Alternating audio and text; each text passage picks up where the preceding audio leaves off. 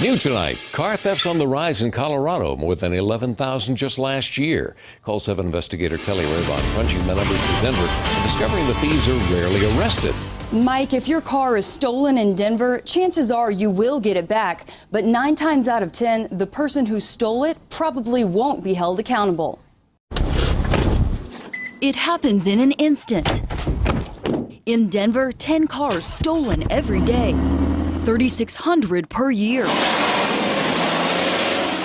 I walked out and it was gone. It happened to Jill Montgomery last September. I knew immediately that it was stolen. Her car taken from right outside her home. But also troubling, she says, the response from Denver police. Oh, they were very matter-of-factly.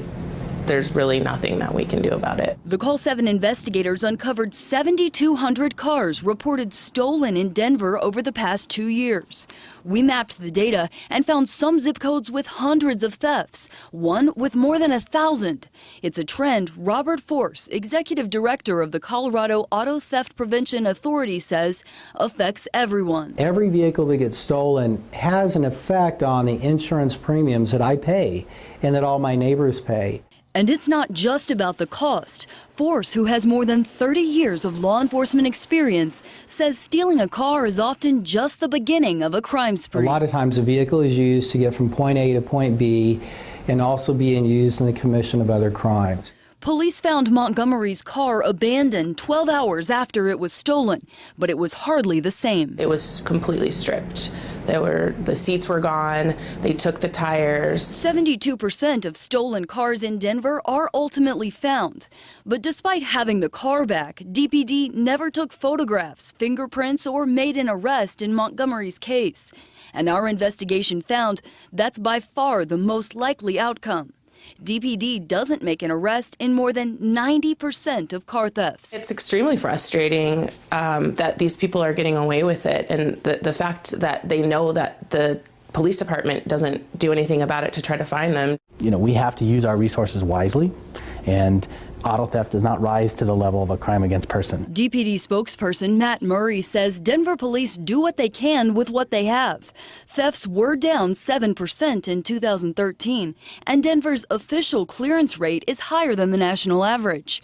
2 officers serve full-time on the metro area auto theft task force, which receives millions of dollars in grants. But Murray says the public needs to do its job too. But we'd much prefer to get that auto theft rate down by preventing it from happening in the first place. A lot of that comes from public education. Couldn't you also prevent auto thefts by arresting more thieves?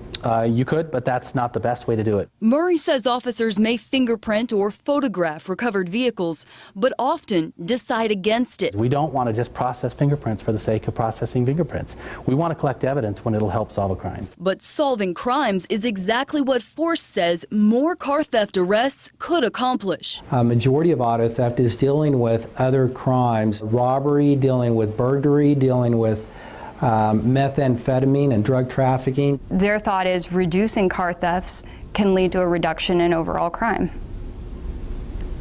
Your thoughts? That's great. I mean, it sounds like you already have their opinion, so that's No, fine. I'm asking your thoughts. I think that auto theft is a property crime, and we have to give it a certain amount of attention, and we do. Yet, of the 3,600 cars stolen every year in Denver, only 340 arrests are made. And of those, only 230 cases end up in court. This is a very difficult crime to prove. Even if I find somebody's fingerprints in a car, that doesn't necessarily mean they stole the car. To have one arrest for every one vehicle theft is not really practical. In fact, the most common way to arrest a car thief? By chance. The highest interdictive measure that you're going to have is by a traffic stop. Montgomery believes the lack of arrests is fueling criminals to steal more cars, and in turn, leaving victims like herself with little recourse. And we are a big city and there are a lot of things that go on, but this needs to be addressed. CATPA and DPD both stress that about half of cars are stolen because they were left unlocked or the keys were inside. We've made an interactive map so you can see car thefts in your neighborhood and find out where those cases stand now. Just go to our website, thedenverchannel.com. Live in the newsroom, I'm Call 7 investigator Keli Rabon.